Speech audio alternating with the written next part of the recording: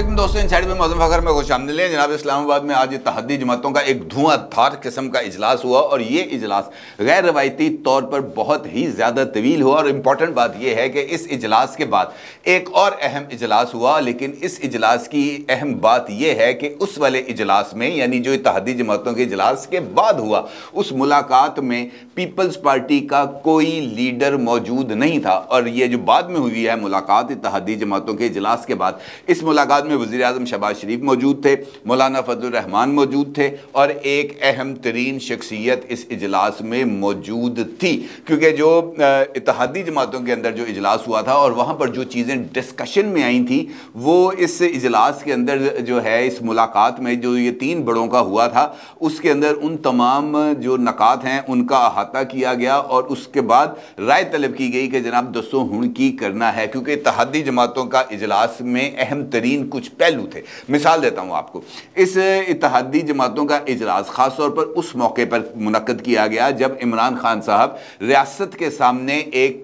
जिसे हम कह सकते हैं ना जी, एक ऐसी हैसियत इख्तियार कर चुके हैं जहाँ पर ना कोई उनको छू सकता है, ना ही उनको कोई गिरफ्तार कर सकता है और ना ही उनको कोई चैलेंज कर सकता है। हत्ता कि नौबत तो ये आ गई कि अब खुद इमरान खान साहब अपनी जो टर्म्स एंड कंडीशंस हैं वो डिक्टेट कराते हैं। कल उन्होंने इस्लामाबाद हाई कोर्ट में पेश होना है। इसके साथ साथ उनको नैब ने 2 मुख्तलिफ रेफरेंसेस के लिए भी नोटिस जारी किए हैं। नैब रावलपिंडी में उनको बुलाया गया है, उनको दावत दी गई है कि आप अपनी अहलिया मुहतरमा के साथ तशरीफ लाएं, लेकिन इमरान खान साहब के वकला की तरफ से वाज़ेह तौर पर इस बात का ऐलान कर दिया गया है कि इमरान खान साहब ना कल इस्लामाबाद हाई कोर्ट में पेश होंगे और ना ही वो जो है वो नैब के सामने पेश होंगे। और उनका ये मानना है कि जनाब इमरान खान साहब की जान को बहुत ज़्यादा ख़तरात लाहक हो चुके हैं, लिहाजा अगर किसी को इमरान खान साहब के साथ किसी भी मामले पर बात करनी है तो वो वीडियो लिंक के ज़रिए ही सिर्फ रब्ता कर सकते हैं, इसके अलावा वो किसी भी सूरत अवेलेबल नहीं है। और ये जो इजलास इत्तेहादी जमातों का बुलाया गया, ये बुनियादी तौर पर ज़मान पार्क में होने वाले पुलिस एक्शन और F8 कचहरी के बाहर की जो सूरत हाल थी, जहाँ पर इमरान खान साहब के इस्तकबाल के बंदोबस्त मुकम्मल थे, लेकिन वो जो तवक्कुआत के ऐन मुताबिक उनका इस्तकबाल नहीं किया जा सका, जिसके बाद मरीम नवाज साहिबा ने वज़ीर आज़म शहबाज शरीफ साहब से कल शाम को लाहौर में मुलाकात की थी और उस मुलाकात में कुछ इंपॉर्टेंट चीज़ों का जिक्र किया गया था और ख़ास तौर पर नवाज शरीफ साहब की तरफ से कुछ हदायत थी जो मरीम नवाज साहिबा के जरिए शहबाज शरीफ को भिजवाई गई। और फिर इस मुलाकात के बाद शहबाज शरीफ साहब की तरफ से इस बात का ऐलान किया गया कि जनाब वो इत्तेहादी जमातों का इजलास बुला रहे हैं। आज इत्तेहादी जमातों का इजलास था और मुस्लिम लीग नून के ही इस इत्तेहादी हुकूमत में उनकी दूसरी सबसे बड़ी पार्टनर है पाकिस्तान पीपल्स पार्टी। ठीक है जी। इस इजलास में जो इत्तेहादी जमातों का हुआ, इस इजलास में पीपल्स पार्टी की तरफ से ना आसिफ अली जरदारी शरीक हुए, ना बिलावल भुट्टो साहब शरीक हुए, ना ही उनके सीनियर वाइस चेयरमैन यूसुफ रज़ा गिलानी साहब शरीक हुए, ना ही उनकी तरफ से साबिक वज़ीर आज़म और स्पीकर नेशनल असम्बली राजा परवेज़ अशरफ शरीक हुए, ना ही उसके अंदर रज़ा रब्बानी शरीक हुए। कोई भी टॉप टियर लीडरशिप उस इजलास के अंदर जो इत्तेहादी जमातों का था उसमें शरीक नहीं हुई। और पीपल्स पार्टी की नुमाइंदगी की गई है शहरी रहमान और कमर जमान कायरा साहब की तरफ से। बिलावल भुट्टो साहब के हवाले से ये बताया गया कि जनाब बिलावल भुट्टो साहब कराची के अंदर उन्होंने लांडी में एक हार्ट का एक नया जो हॉस्पिटल वो शुरू करने जा रहे हैं, उसकी इफ्तिताई तकरीब में शिरकत करना थी, लिहाजा वो आज के इजलास में शरीक नहीं हो सकते। और बात भी ठीक थी क्योंकि एक मेगा प्रोजेक्ट है, 1200 बिस्तर का हॉस्पिटल बना रही है पीपल्स पार्टी कराची में और ये यकीनी तौर पर कराची के अवाम के लिए एक बहुत बड़ा रिलीफ होगा। क्योंकि NICVD ने जिस तरीके से वहाँ पर कामयाबी हासिल की है और वहाँ पर जिस तरीके से उन्होंने ये हार्ट डिजीज़ के हवाले से जो मुख्तलिफ मुकामात पर चेस्ट पेन यूनिट्स बनाए हैं, उसने वाक़अतन ये जो अमराज़ कल्ब में मुब्तला अफराद हैं उनको खासी सहूलत मुयसर की है। तो बिलावल साहब की बात तो यहाँ तक तो दुरुस्त मालूम होती है। अलबत्ता आसिफ अली जरदारी साहब का ना आना और फिर किसी और लीडर को यहाँ पर ना भेजना इस बात की तरफ इशारा कर रहा है कि हुक्मरान इत्तेहाद में कुछ ज़्यादा चीज़ें दुरुस्त नहीं हैं। और ख़ास तौर पर मुराद अली शाह साहब और बिलावल साहब दोनों भी गुज़िश्ता दिनों इस बात की तरफ इशारा दे चुके थे कि ये जो डिजिटल मरदमशुमारी हो रही है इस पर उनको तहफ़्फ़ुज़ात हैं। खैर, इस इजलास में ये लोग शरीक नहीं हुए। ANP की तरफ से इस इजलास में मुहतरमा मरीम नवाज साहिबा की तरफ से जो पख्तूनों के हवाले से, पश्तो बोलने वालों के हवाले से जो उनका बयान था उसके ऊपर शदीद तरीन रिजर्वेशंस का इजहार किया गया और उन्होंने इल्ज़ाम आयद किया कि मरीम नवाज जो हैं वो एक सूबाई तासुब को फैला रही हैं। कतई नज़र इन तमाम चीज़ों से जो इम्पोर्टेंट पहलू है इस इजलास का वो ये है कि इस इजलास में राना सनाउल्लाह साहब सबसे ज़्यादा तनकीद का मरकज़ बने। और इस इजलास में एक मौके पर यहाँ तक इतलात हैं कि शहबाज शरीफ साहब ने जो मौजूदा सूरत हाल है उसके ऊपर इजलास को ब्रीफिंग देते हुए इस बात का भी इंकशाफ किया कि मौजूदा सूरत हाल में पाकिस्तान के अंदर जो इस वक्त आपको जो हालात नज़र आ रहे हैं IMF के हवाले से भी और इमरान खान के हवाले से भी, तो शहबाज शरीफ साहब ने इस बात का इंकशाफ किया कि कुछ इंटरनेशनल प्लेयर्स भी इस सारी सूरत हाल में इन्वॉल्व हैं और तकरीबन 10 कांग्रेसमैन ऐसे हैं जो इस वक्त पाकिस्तान के ख़िलाफ़ जो है वो और पाकिस्तान की मौजूदा हुकूमत के ख़िलाफ़ और इमरान खान की सपोर्ट में खड़े होते हुए और अपनी बात करते हुए और इमरान खान के नुक्ता नज़र को अमरीकी कांग्रेस के अंदर ही तकवीयत देते हुए पाए जा रहे हैं। और उनका ये मानना था कि एक ऐसे शख्स से ये जो हैं शहबाज शरीफ साहब, उनकी बातचीत भी हुई जो माजी में शहबाज शरीफ के भी बहुत करीबी दोस्त रह चुके हैं और वहाँ पर जब भी अमेरिका के अंदर पाकिस्तान को कुछ मुश्किल सूरत हाल का सामना करना पड़ता था तो ये जो साहब हैं ये उनको बेल आउट भी करते थे, क्योंकि इनके जो ताल्लुकात हैं वो रिपब्लिकन्स में भी हैं और डेमोक्रेट्स में भी हैं। लेकिन इस मरतबा ये वाले जो भाई साहब हैं ये भी पल्ला नहीं पकड़ा रहे और उसी इजलास में यानी शहबाज शरीफ साहब ने ये जो इत्तेहादी जमातों का इजलास था वहाँ पर इस बात का भी इंकशाफ किया कि आसिफ अली जरदारी साहब की खुसूसी हदायत पर अदी फरयाल तालपुर ने भी उसी अमरीकी शख्स के साथ राब्ता किया और उनसे पाकिस्तान के लिए कुछ या पाकिस्तानी हुकूमत के लिए कुछ नरम रवैया इख्तियार करने की रिक्वेस्ट की, जो अभी तक मंजूर होती हुई नज़र नहीं आ रही। बल्कि यहाँ तक उनको जवाब दिया गया कि मैं इस मामले में कुछ नहीं कर सकता। और यहाँ पर तो हर रोज़ 1-2 कांग्रेसमैन हैं जो शहबाज शरीफ हुकूमत के ख़िलाफ़ उठकर खड़े हो जाते हैं और जो जिस तरीके से ये चीज़ें आगे बढ़ रही हैं हफ्ता 10 दिन के अंदर पाकिस्तानी हुकूमत की चीखें निकल जाएंगी। ये फरयाल तालपुर साहिबा को जवाब मिला था। इसका मतलब ये है कि हुक्मरान इत्तेहाद को इस बात का शदीद तरीन जो है उनके पास एविडेंस मौजूद हैं कि कुछ इंटरनेशनल प्लेयर्स और ख़ास तौर पर अमेरिका, क्योंकि ज़िल्मे खलीलज़ाद साहब जो स्पेशल एनवॉय रहे हैं अमेरिकन प्रेसिडेंट के, उनकी तरफ से जो ट्वीट्स आए थे उसके बाद तो ये गेम थोड़ी सी ओपन होना शुरू होगी। और फिर इसहाक डार साहब की तरफ से जो बात सामने आई थी सेनेट की गोल्डन जुबली तकरीबात में कि जनाब असल मसला पाकिस्तान का मिसाइल प्रोग्राम और न्यूक्लियर प्रोग्राम है और इसको थोड़ा सा कंट्रोल करने की कोशिश की जा रही है, इसको महदूद करने की बात की जा रही है। तो इसका मतलब यह है कि इंटरनेशनल प्लेयर्स जो हैं वो किसी ना किसी लेवल पर पाकिस्तानी पॉलिटिक्स के अंदर इंट्रीग कर रहे हैं। अच्छा, इस इजलास में जो राना सनाउल्लाह साहब हैं उन्होंने भी ब्रीफिंग दी और उन्होंने ये बताया कि ये वहाँ पर यानी F8 पे जिस वक्त इमरान खान साहब आए थे तो उनका ये कहना था कि हमने अपने हिसाब से उनके इस्तकबाल का पूरा बंदोबस्त किया हुआ था। 4000 पुलिस एहलकार वहाँ पे मौजूद थे। इमरान खान की सिक्योरिटी के लिए कंटेनर्स भी लगाए गए थे, लेकिन सूरत हाल पर काबू नहीं पाया जा सका क्योंकि आखिरी वक्त पर अली अमीन गंडापुर तकरीबन 1500 लोगों के साथ वहाँ पर आए और मजमूई तौर पर इमरान खान के साथ तकरीबन 4 से 5000 लोग थे। और तवक्को के बरअक्स जो इमरान खान साहब के साथ जो लोग आए थे वो हर तरह से मुसल्ला थे और पुलिस के पास उनको कंट्रोल करने के लिए सिर्फ लाठियाँ थी या आंसू गैस के शेल थे। और जो मुख्तलिफ दो जो हुकूमतें हैं उनकी तरफ से जो शेल हैं और आंसू गैस चलाने वाली गनें हैं वो मुबैना तौर पर इमरान खान के जो कारकुनान हैं उनको दी गई, जिन्होंने इस बात का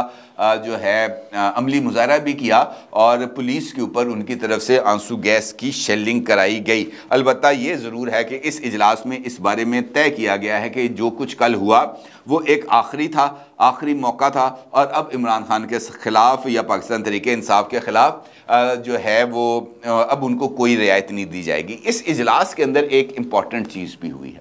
और ये जो पहलू है ये मुझ तक एक दो जगहों से पहुंचा है, लेकिन इसकी अभी तक 100% मेरे पास तस्दीक नहीं आ सकी। लेकिन अगर एक दो जगह से ये बात आई है तब भी मैं ये आपके साथ शेयर करने के लिए मेरा ख्याल है कि ये इतना मवाद है जो आपके साथ शेयर किया जा सके। मुस्लिम लीग नून ने इनफैक्ट मौजूदा हालात में इस बात का फैसला किया है कि जनाब सारी की सारी सियासी कीमत हम क्यों अदा करें, और ख़ास तौर पर मौजूदा हालात में जिस तरीके से इमरान खान को मुख्तलिफ़ इदारों ख़ास तौर पर अदलिया से सपोर्ट एक्सटेंड हो रही है,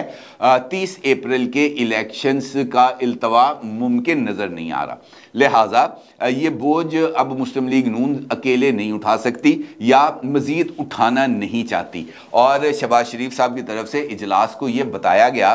कि हम उनकी जमात और ख़ास तौर पर नवाज शरीफ साहब मौजूदा सूरत हाल में खासी हद तक गैर मुतमईन हैं, और उनकी तरफ से ये बात सामने आई है कि अगर इत्तेहादी जमातें हुकूमत की मुद्दत पूरी करना चाहती हैं तो उन्हें कोई एतराज़ नहीं। अब चूँकि पंजाब के अंदर इंतखाबी मैदान सजने वाला है, इंतखाबी शेड्यूल आ चुका है और इस इंतखाबी शेड्यूल पर अमल दरामद का आगाज़ भी हो चुका है। कोई ऐसी डेवलपमेंट किसी भी तरफ से जहाँ जहाँ से यकीन दहानियाँ थी कि इस इंतखाबात के इल्तवा को यकीनी बनाने के लिए वो तमाम लोग अपना अपना रोल प्ले करेंगे, उनकी तरफ से भी कोई रोल अभी तक प्ले होता हुआ नज़र नहीं आ रहा। बनिस्बत इसके कि रोल प्ले होता हुआ नज़र आए, हुकूमत के ऊपर दबाव बढ़ता चला जा रहा है। तो शहबाज शरीफ साहब की तरफ से ये बात कही गई और मरियम नवाज साहिबा ने इसको इंडोर्स भी किया, क्योंकि मरियम साहिबा भी इस इजलास में मौजूद थी। शहबाज शरीफ साहब की तरफ से ये कहा गया कि मुस्लिम लीग नून ये समझती है कि उसको पंजाब के अंदर जो उनका होम ग्राउंड है वहाँ पर उनको भरपूर तरीके से इंतखाबी मुहिम चलाने की ज़रूरत है, और उसके लिए जो लीडरशिप है मुस्लिम लीग नून की जो काबीना में मौजूद है वो तमाम की तमाम अपने ओहदों से इस्तीफ़ा दे देगी और वो पंजाब के अंदर इंतखाबी मुहिम चलाएगी। इस मौके पर शहबाज शरीफ साहब की तरफ से इस बात का भी जो इशारा है वो दिया गया कि मैं ख़ुद पंजाब के अंदर इंतखाबी मुहिम चलाना चाहता हूँ, मैं ख़ुद जो सियासी सरगर्मियाँ हैं पंजाब में वो करना चाहता हूँ, लेकिन अगर मैं वज़ीर आज़म रहा, वज़ीर आज़म के ओहदे पर मौजूद रहा तो इंतखाबी कवायद के तहत मैं इंतखाबी मुहिम नहीं चला पाऊँगा और इसका नुकसान हो पाएगा। लिहाजा बेहतर ये है कि मुझको भी जो है इस्तीफ़ा देने की इजाज़त दी जाए और इत्तेहादी जमातें अपने में से किसी भी मुनासिब शख्स को, चाहे वो किसी भी जमात से ताल्लुक़ रखता है, उसको वज़ीर आज़म के ओहदे पर जो है फाइज कर दिया जाए। उन्हें कोई एतराज़ नहीं और वो खुले दिल से उसकी हमायत भी करेंगे और हुकूमती पॉलिसियों को भी जो है इंडोर्स करेंगे और जो असम्बलियाँ हैं उनकी मुद्दत के इख्तिताम तक जो है वो हुकूमत को किसी भी सूरत गिरने नहीं देंगे। हाँ, ये ज़रूर है कि इससे पंजाब के अंदर जो पॉलिटिकल कैपिटल है मुस्लिम लीग नून का उसको महफूज रखा जा सकता है, और ये वो ऐसा नुक्ता था जहां पर आकर सबको सांप सूंघ गया। क्योंकि अगर आप देखें इम्पार्शियली, गैर जानिबदारी से जायज़ा लें तो कोई और सियासी जमात उतनी पॉलिटिकल कीमत नहीं चुका रही जितनी मुस्लिम लीग नून चुका रही है, और यह हकीकत है। पंजाब मुस्लिम लीग नून का हमेशा से ही बेस कैंप रहा है और यहीं से उन्होंने अपनी हमेशा से पावर्स को ड्राइव किया है, यहीं से वो लोगों की सपोर्ट हासिल करते रहे हैं, यहीं से वो पंजाब में हुकूमत बनाते रहे हैं, पंजाब जीत कर ही वो मरकज़ के अंदर हुकूमत बनाते रहे हैं। लिहाजा पंजाब हारना मुस्लिम लीग नून को किसी भी सूरत कबूल नहीं है, और ऐसी हुकूमत जो कुछ भी ना कर सके, जहाँ जो ये जो गैर मुल्की ताकतों की इन्वॉल्वमेंट का इजहार करे लेकिन उस इन्वॉल्वमेंट को ख़त्म करने के लिए कोई किरदार अदा ना कर सके, ऐसी हुकूमत में रहने का क्या फ़ायदा। तो ये बात तो शहबाज शरीफ साहब की खासी हद तक दुरुस्त है। अब जो बाकी अरकान थे इत्तेहादी जमातों के, उनकी तरफ से तो इस तजवीज़ की जो शहबाज शरीफ साहब की तरफ से दी गई उसकी तो शदीद तरीन मुखालफत की गई, जिसके बाद ये पूछा गया कि जनाब अगर आपने मुझे नहीं जाने देना तो फिर बताएं करना क्या है। भाई आपने अकेले हमें झोंक दिया है लड़ाई में, हर अच्छे या बुरे का जो बंदोबस्त है, जो उसका इल्ज़ाम है वो हमारे सर आ रहा है, और कोई हमें बेल आउट करने के लिए भी आगे नहीं आ रहा, कोई भी इन चीज़ों की जिम्मेदारी कबूल करने के लिए आगे नहीं आ रहा, कोई भी इमरान खान को शटअप कॉल देने के लिए आगे नहीं आ रहा, कोई भी काउंटर नैरेटिव बनाने के लिए सामने नहीं आ रहा। तो ऐसी सूरत हाल में उनका ये कहना है कि हमारी जमात संजीदगी से इस बारे में गौर कर रही है। ये बात मैंने आपके सामने रख दी है, आप भी अपनी अपनी जमात के अंदर इस बात को जो है डिस्कशन में लेके आए ताकि फिर इसके ऊपर कोई हतमी फैसला हो सके। लिहाजा ये जो इजलास था ये अपने अंदर बहुत ही ज़्यादा अहमियत रखता है, ख़ास तौर पर ये जो आखिरी हिस्सा मैंने आपको बताया इसकी वजह से। इम्पॉर्टेंट बात यह है कि इस इजलास के बाद, जिसका मैं आपके साथ इत्तेहादी जमातों का इजलास का जिक्र कर रहा हूँ, उसके बाद इत्तेहादी जमातें ईवान वज़ीर आज़म से चली जाती हैं चाय शाय पी के, खाना वाना खा के, तो उसके बाद एक और मुलाकात शुरू हो जाती है। वो मुलाकात होती है वज़ीर आज़म शहबाज शरीफ की